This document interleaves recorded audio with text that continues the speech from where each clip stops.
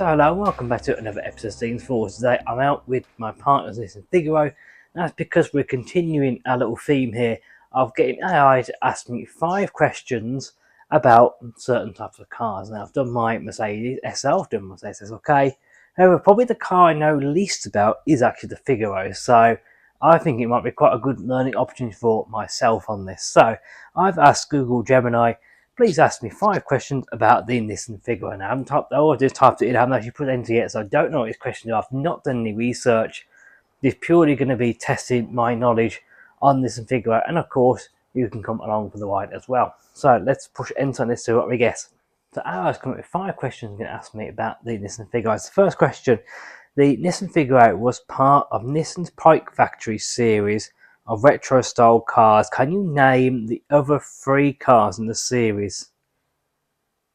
Oh, God, that's a good question. Was there the PAO? That sort of 3-door one. Then there was the Escargot.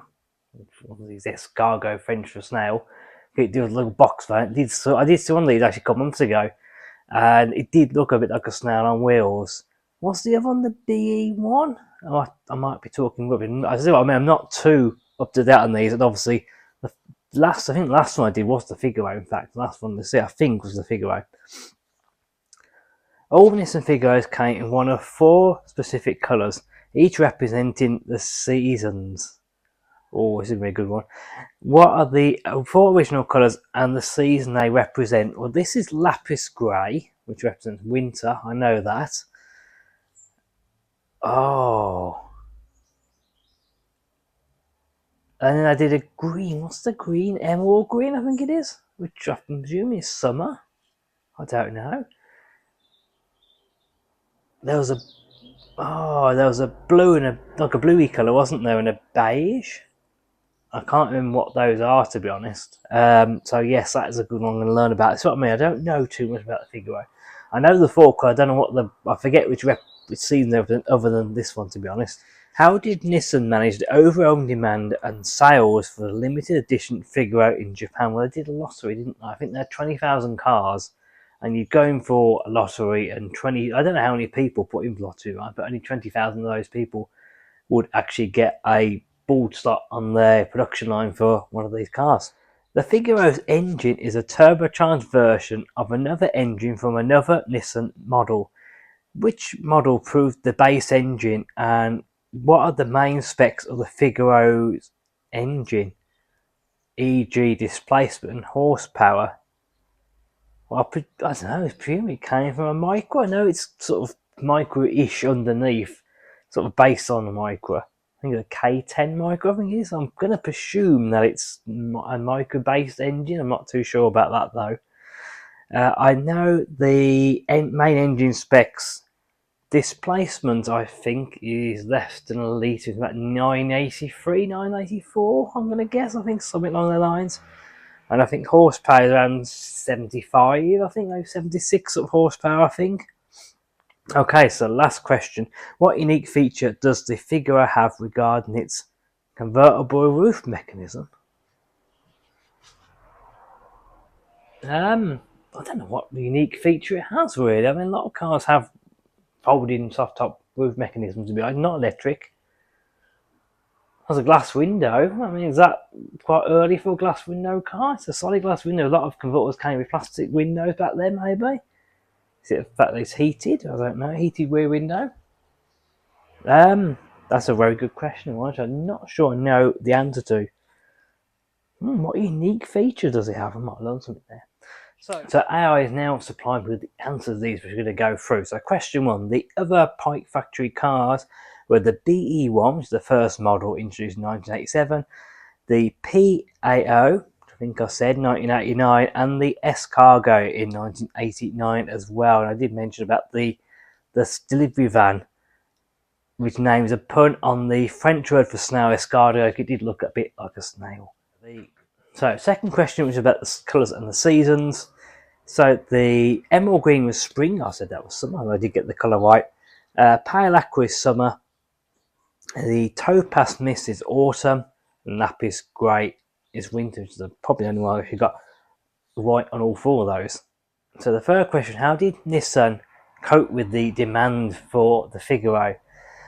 Due to the limited production run, only 20,000 units in total, and a massive consumer demand in Japan, Nissan were forced to sell the Figaro using a lottery system. Prospective buyers had to enter a draw, and the lucky winners were given the opportunity to actually buy the car. The system was used to allocate orders for the initial production run of 8,000 and the subsequent run of 12,000 units. Well, there you go, it's sort of what I said there, along them sort of line, a little more detail there for you. So the fourth question was all about the engine and some of the specs for the engine. So the Figaro's engine is the MA1ET unit, catchy name, is a turbocharged version of engine found in the Nissan March, also known as the Nissan Micra. The other units, well, I sort of took a bit of a guess at that one, to be honest, so that was quite good.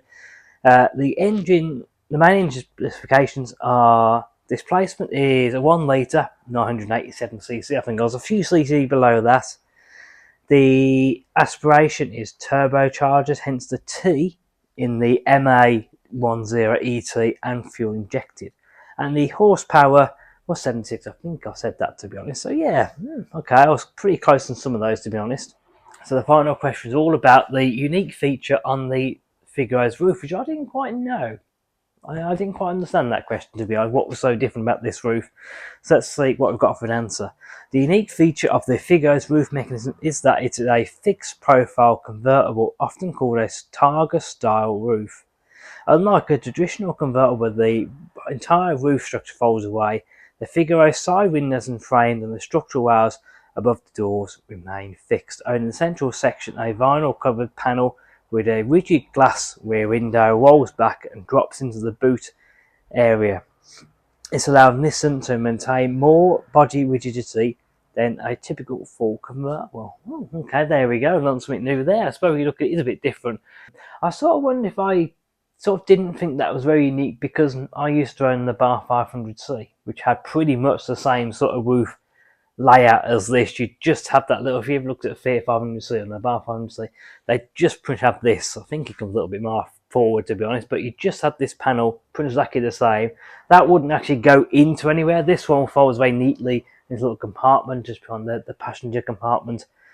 So it looks sort of neat. The bath would actually just fold back and it will sort of sit and sort of do a very good job blocking UV visibility. So I think I did okay on that. There was some stuff that I definitely knew. There was some stuff I didn't have a clue about. There was some stuff that I was sort of in the middle of those two on. So I feel like I've learned a little bit from this. I do need to remember the different colours for the different seasons and remember the names for them. That might be something I might start with learning first of all about this car. But overall, I think it did okay. So let me know in the comments below how you did. Also, let me know if there was any other question that you would have asked about Nissan Figaro instead of what has become today. So that's going to be it for today's video. Thank you very much for watching. It's going to go out from me, goodbye from the Figaro, and we'll see you again very soon. Goodbye.